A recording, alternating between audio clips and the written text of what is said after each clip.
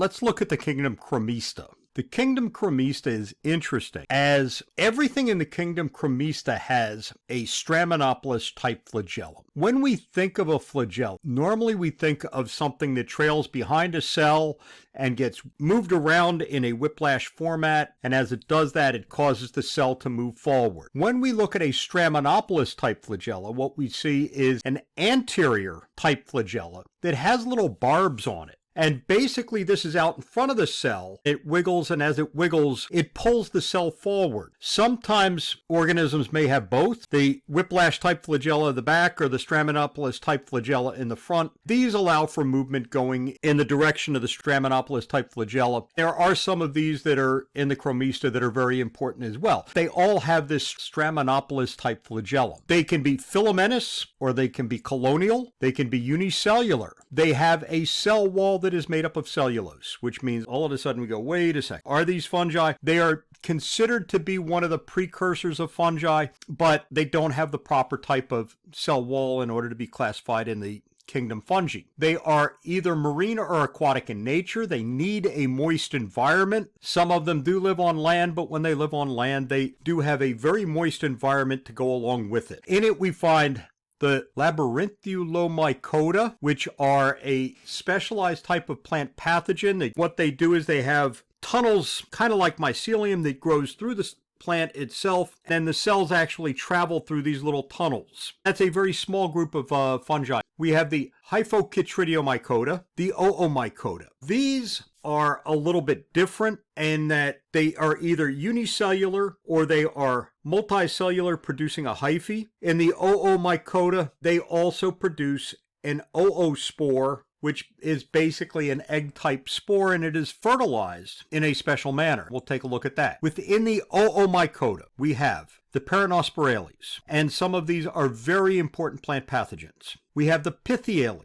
Again, a group of very important plant pathogens. These include some of the ones that are often called water molds on plants. They can be quite destructive. We have the Scleroderma, which are the downy mildews, are very important plant pathogens on many crops that we have. We're going to look at all of these and see what we've got here. This particular one, this was obtained out of water. We took some water and we baited the water with sesame seed. Then we waited for the fungi to grow on top of it, pulled them out, and we looked at them under the microscope. One of the things you can see here is this circular mass is what we would call a sporangium of some sort. In this particular case, it's actually a female egg case, which is called an oogonium. The male parts are the little hyphae-like extensions around the outside. They come over and they fertilize this. They produce fertile spores on the inside, which would be called an oospore. Those little oospores are going to be released out and they will start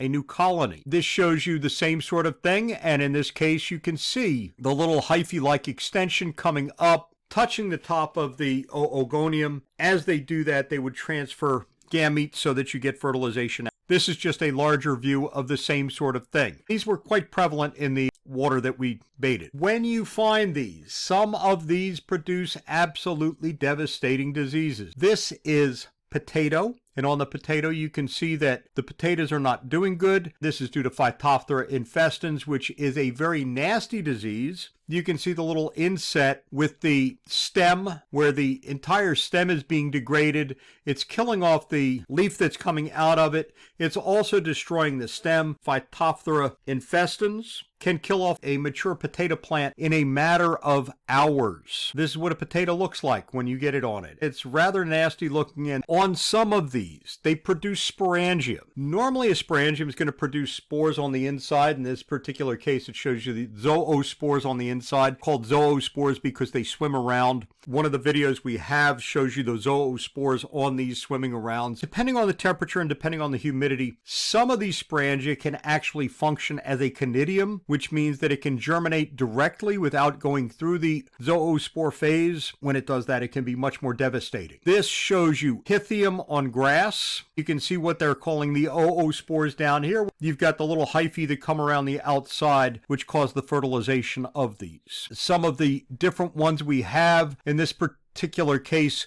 you see the spores that look like little conidia, but these are actually sporangia. Sometimes they occur on branched hyphae. Sometimes the Frangia are found at the end of little stalks. This would be Peronospora. You see a good picture on the left-hand side. The drawing in the center represents what you're really looking at. This is downy mildew on grape. This particular disease causes a lot of problems. You can see is the covering of material over top of the grapes. It's destroying the grapes. If you took some of that under a slide, you would be able to see the pathogen. This is what it looks like on the underside of a leaf. We call this downy mildew.